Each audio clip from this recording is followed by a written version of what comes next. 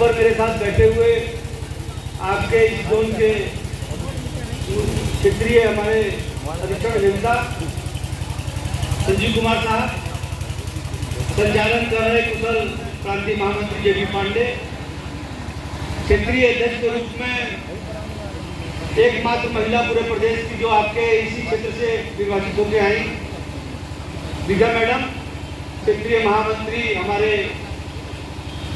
सौरभ जी, क्षेत्रीय प्रांतीय उपाध्यक्ष हमारे रत्मेले जी, जनपद की कार्यकारिणी के हमारे जो पूर्व की कार्यकारिणी जो भी भंग की गई है उससे पहले के जिला अध्यक्ष निरंजन जी, पटेरिया जी, उनकी पूरी कार्यकारिणी, मंच पर मां सरस्वती के चित्र के बगल में बैठे हुए हमारे सेवानिवृत्त साथीगण जो चुनाव अधिकारी हैं, वो अगली पंक्ति में बैठी हुई मातृशक्ति और बहादुर साथियों, प्रशासनिक अधिकारीगण इस विभिन्न खंडों के साथियों, आज हम सभी लोग यहाँ पर एकत्र हुए हैं जनपद का अधिवेशन और चुनाव कराने।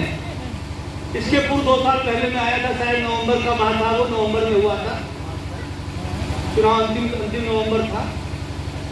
उस समय सिर्फ यहाँ चुनाव हुआ था, लेकिन हम लोग एक नई परिपाटी को प्रारंभ कर रहे हैं। परिपाटी तो पुरानी ही है, वो उसको अब हम लोग क्रियान्वयन में ला रहे हैं कि जब भी आप कोई कार्यक्रम करेंगे जनपद का, सिर्फ चुनाव ही नहीं होगा, उससे पहले अधिवेशन होगा और उस अधिवेशन में आप अपने जनपद के समस्त अधिकारियों को, मुख्य अभियंता हुए, अधीक्षण अभियंता हुए, शासकीय अभियंतागण हुए, सबको आमंत्रित करेंगे और इस तरह की व्यवस्था जो आज यहाँ पर की गई है इसका क्रियान्वयन करेंगे। इससे 2 चीजें होती हैं। पहला तो यह होगा कि आपके अधिवेशन को आपके अधिकारीगण देखेंगे, आपसे रूबरू होंगे, सदस्यों को देखेंगे और मुझे लगता है कि उन सबको साथ ही आपकी 75% समस्याएं वहीं खत्म हो जाएंगी। जब अधिकारीगण आपके कार्यक्रमों में आएंगे तो देखेंगे संगठन अच्छा चल रहा है, संगठन मजबूत संगठन है, कार्य प्रणाली देखेंगे। जैसा कि अभी अधीक्षण अभियंता ने बताया, आप हमारे साथ, मैं तो प्रांतीय खंड राज में हूँ, निर्माण खंड 1 में एक्सीएम के रूप में थे हमारे आपके अधीक्षण अभियंता महोदय, और बहुत ही सहज सरल स्वभाव के हैं और कर्मचारियों की बात सुनने वाले हैं। आपने, इन्होंने नहीं बताया, मैं बता रहा हूँ, आपने आजमगढ़ के संघ भवन को बनने में बहुत महत्वपूर्ण भूमिका एज ए एक्सीएम के रूप में निभाई है। मैंने अभी मंच पर बैठे बैठे ही आपके संघ भवन का भी जिक्र किया है आपसे, इन्होंने वादा किया और आपसे अपने उद्बोधन में भी इन्होंने कहा है अधीक्षण अभियंता महोदय ने कि आपका पूरा सहयोग करेंगे। तो जो नवनिर्वाचित कार्यकारिणी आएगी इसके बाद और क्षेत्रीय पदाधिकारियों के साथ मिलकर हम लोग का जो सहयोग लेना होगा आप लोग ले लेंगे। आप अधीक्षण अभियंता महोदय से आगे मिलेंगे और निश्चित रूप से कोई ना कोई वो आपके संघ भवन के लिए कोई ना कोई ऐसा काम करवाएंगे कि वो आने वाले समय में अधीक्षण अभियंता का नाम भी रहेगा और इस कार्यकारिणी का नाम भी रोशन रहेगा, ऐसा मेरा मानना है। साथियों, आप सभी जानते हैं कि हमारा संगठन 99 साल पुराना हो चुका है। हम इस समय 2026 में हैं और 2026 में हमारा शताब्दी वर्ष मनाया जाना है, यानी कि 100वां साल। हमने अपने संगठन के पैड पर भी, क्षेत्रीय और प्रांतीय पैड पर भी उस बात को इंगित किया है, गौरवशाली 100 शताब्दी वर्ष, 100 वर्ष संगठन के। तो आप जब भी बात करें किसी से तो आप इस बात का भी जिक्र करें कि हम ऐसे संगठन से ताल्लुक रखते हैं कि जो 100 साल की बात करता है। 100 साल तो देखा जाए तो कोई कम पीरियड नहीं है। 100 साल की हम अब आयु की कल्पना नहीं कर सकते इस समय। जो 100 साल जी जाते हैं और जापानी लोग हैं, इंडिया लोग कम लोग नहीं जी पाएंगे।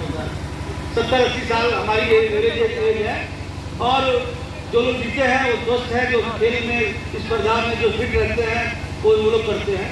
तो संगठन का 100 साल 200 साल होना इस बात का प्रमाण है कि हम आप रहें या न रहें, हम आप रहें या न रहें, लेकिन संगठन आपका निर्बाध रूप से आगे बढ़ता रहेगा, चलता रहेगा।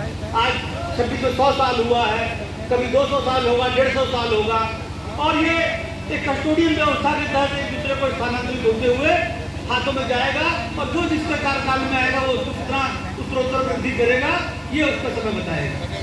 ये आगे कालखंड में तो आपको करना क्या है, 2026 का हमारा जो ये शताब्दी वर्ष है इसको धूमधाम से मनाना है। इसके लिए आपको प्रयास करना है। संगठन ने जो आपके लिए, जो हमारे पूर्वजों ने किया है, जिन लोगों ने इसकी स्थापना की होगी 1926 में, यानी कि वो अंग्रेजी काल रहा होगा, गुलामी का काल रहा होगा।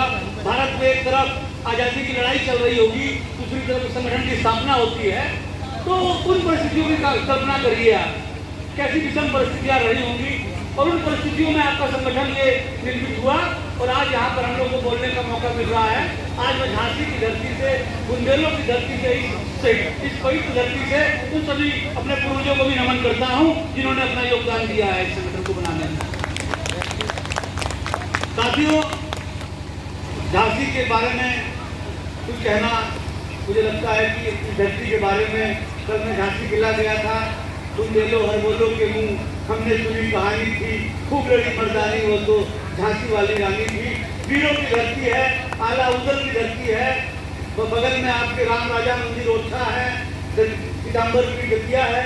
तो आप एक तरह से एक शक्ति के बीच में स्थापित है, जहाँ पर आपके अंदर एक ऊर्जा की शक्ति है, एक भगवान की शक्ति है, जिन शक्तियाँ आपके आसपास मौजूद है।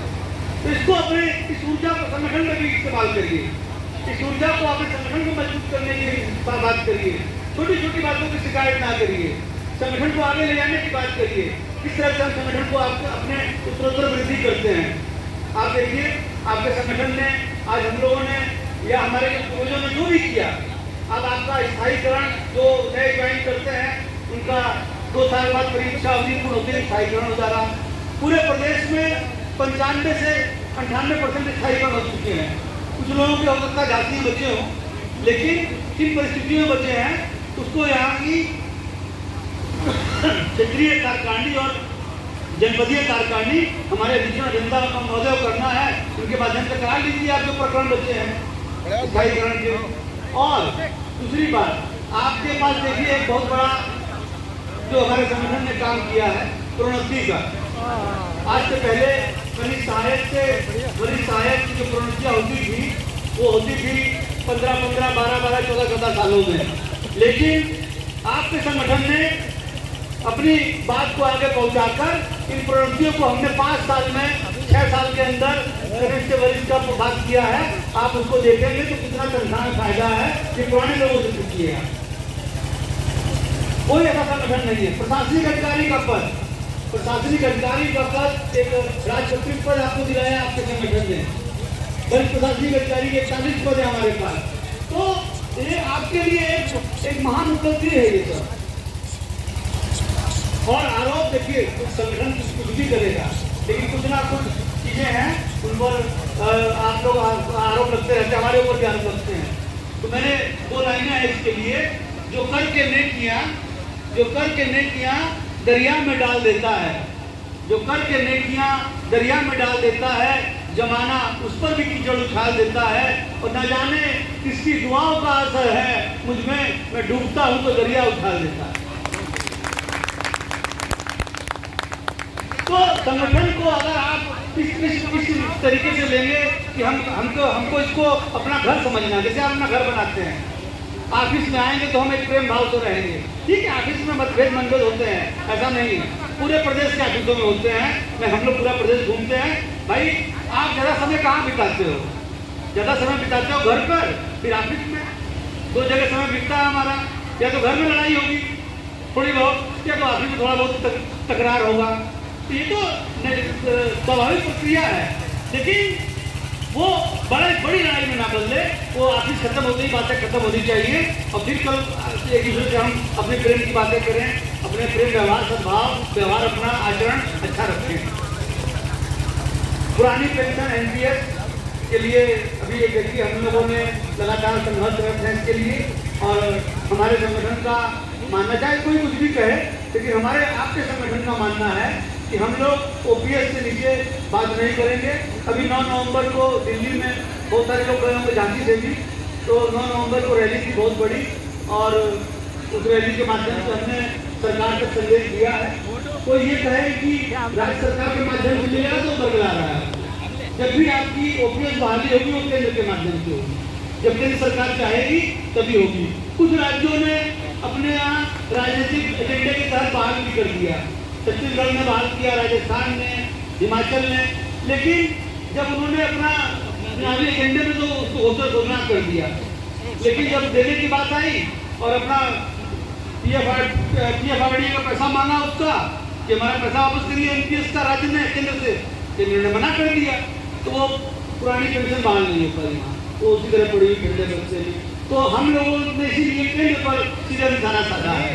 केंद्र के माध्यम से हम लोग लेंगे और हम लोग जिससे जुड़े हैं वो हमारे मनजीत सिंह राष्ट्रीय अध्यक्ष मनजीत सिंह पटेल और उनके माध्यम से हम अपनी लड़ाई को दिल्ली में आगे बढ़ा रहे हैं। दिल्ली में केंद्र के रेलवे के बहुत सारे संगठन हमारे साथ जुड़े हैं और हम लोग अब भी अपना सहयोग करके पीडब्ल्यूडी अपनी भागीदारी कर रहा है वहाँ। साथियों, जब भी आप संगठन जो भी आज यहाँ पर कार्यकारिणी अभी चुनाव अधिकारी अपना घोषणा करेंगे, जो भी कार्यकारिणी निभर के आएगी उसके लिए जैसा कि आपको बताया गया, आप पहले भी अभी यहाँ पर बैठ के हम लोगों ने निर्देश दिया है, कुछ समस्याएं थी, उन समस्याओं का समाधान के दौरान कि आप हमेशा जैसे कि प्रांत की बैठक होती है त्रैमासिक, मैं आपसे हर महीने बैठक करने को नहीं बोल रहा हूँ, हर महीने कोई आपातकाल स्थिति आ जाए तो बैठक करिए, लेकिन 3 महीने में जरूर बैठक करिए और जो भी जिला शिकवा समस्याएं हैं अपनी उस बैठक में रखिए। अगर वो बैठक आपकी समस्याएं एक्सचेंज स्तर की होंगी तो वहाँ पे निपटेंगी, अधीक्षण अभियंता स्तर की होंगी तो वहाँ जाके आप बात करिए, ग्रामांत का समय ले लीजिए।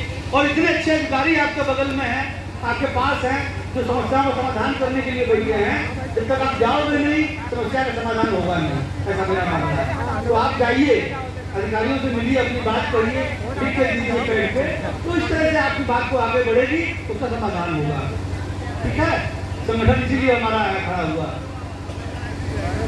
और साथियों, यहाँ पर जो आगे कार्यक्रम किया गया, पूरा स्वागत समारोह किया गया, जिस तरह का सम्मान झांसी की धरती ने दिया है, तो यहाँ पर इस सभागार में बैठे हुए जनपद झांसी को पूरे प्रांत की तरफ से कोटि कोटि शुभकामनाएं देता हूँ और आप सभी के उज्जवल भविष्य की कामना करता हूँ। आप सभी निरंतर प्रगति के पथ पर आगे बढ़ें, यही मेरी कामना है। इसी के साथ मैं अपनी वाणी को विराम करता हूँ। जय संघ, जय भारत, धन्यवाद।